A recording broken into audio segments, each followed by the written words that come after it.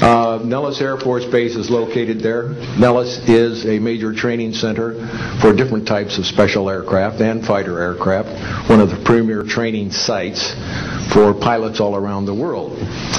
However, when I learned that my assignment was at a radar site 50 miles out of town, up near Mount Charleston, I had no idea where I'd be, so finally in the daylight I was able to find the location and reported in 1965 for duty. In 1966, early in the morning, about 1 to 2 a.m., I was staying there on base, and our barracks were at about 8,000 feet. I heard a lot of commotion. You know, at that altitude, sound carries tremendously. And I thought, well, it's early in the morning, it's summertime, and it's very warm, and maybe I should get up and take a look. I didn't really want to, but I got up and took a look, walked up to the main road up near my office, which was the commander's office. I was on the commander's staff, Lieutenant Colonel Charles Evans. And I was saying, who's making all this noise? Who's making all this noise at this time of the morning? So when I got within about 50 yards of the 4 or 5 people that were standing there, one being the chief of security, they were looking up in the air, and I said, gee, their heads are all looking at the same direction. Well, I looked up to the west, northwest, and to my amazement, there were lights flashing around the sky, moving at anywhere from what seemed like 2,400 to about 3,800 miles per hour. Now, the fact that we're taking an estimate from a distance, we figured, well, this is quite something. However, we continued to watch these darting lights go across the sky and stop, absolutely stop, come to a dead stop, and reverse in an acute angle their direction, and then proceed on in they were traveling so fast that you could almost see a pattern left by, if you are computer people, when you move a mouse real quick across the screen, you see a little bit of a tail. Well, that's exactly the way these 6 or 7 craft worked. After 5 minutes of watching these things, they all seemed to group up to the northwest. Okay? They started to come in on a circle. But what I would like to point out is that where they were putting on their display in the northwest sky, just directly east of that is what is known as Area 51.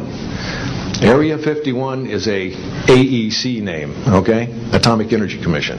That was the old name for Atomic Energy Commission.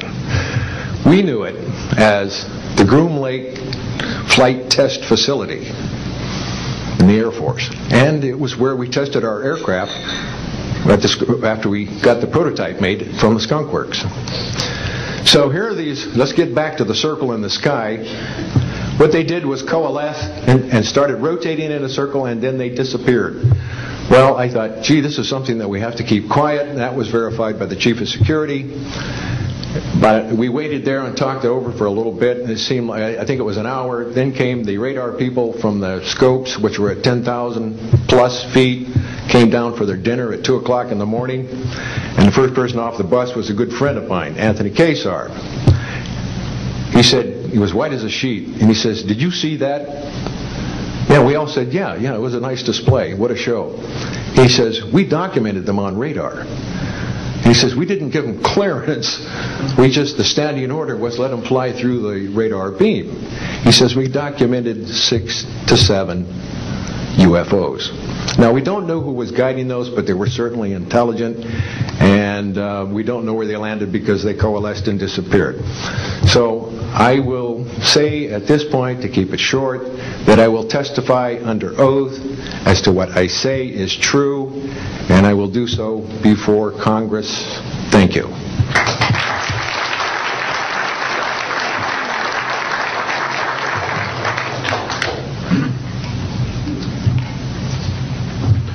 My name is Robert Solis. Contrary to what it says on the card, I was not a lieutenant colonel in the Air Force. I was in the Air Force active duty after I graduated from the Air Force Academy in 1964 until 1971 and separated as a captain. In March of 1967, I was stationed at Malmstrom Air Force Base, Montana, as a missile launch officer, Minuteman missiles. On an early morning of March 16th, 1967, I got a call from my security guard, primary security guard upstairs. We had about 6, as I recall, flight security airmen upstairs. I was downstairs 60 feet underground in a capsule, monitoring and controlling 10 nuclear-tipped Minuteman missiles. I got a call that morning that they were seeing strange lights flying in the sky. I disregarded that call. Told them to call me when something more significant happened. I got another call subsequent to that call, and this time it was a more intense tone in the guard's voice. It was very clearly very frightened. He said there was a bright, glowing red object hovering outside the front gate. It was oval-shaped. He had all the other guards out there with their weapons drawn. Right after that call, I woke up my commander, who was on a rest period, Fred Mywald, a retired colonel now, and told him about the phone calls. As I was telling him about the phone calls, my weapons started going down, one after the other. They went into a no-go condition, what we call a no-go condition. They were unlaunchable. We lost somewhere between 6 and 8 weapons that morning within minutes of having received that second phone call of a UFO hovering outside the front gate. Again that morning, after reporting it to the command post, we were informed that a very similar incident happened at Echo Flight. I was at Oscar Flight. They lost all 10 of their weapons under similar circumstances, very similar circumstances, where UFOs were sighted over the launch facilities. They had maintenance crews and security crews out there that had spent the night, and they were reporting UFOs over those sites. And the commander of that flight was Eric Carlson.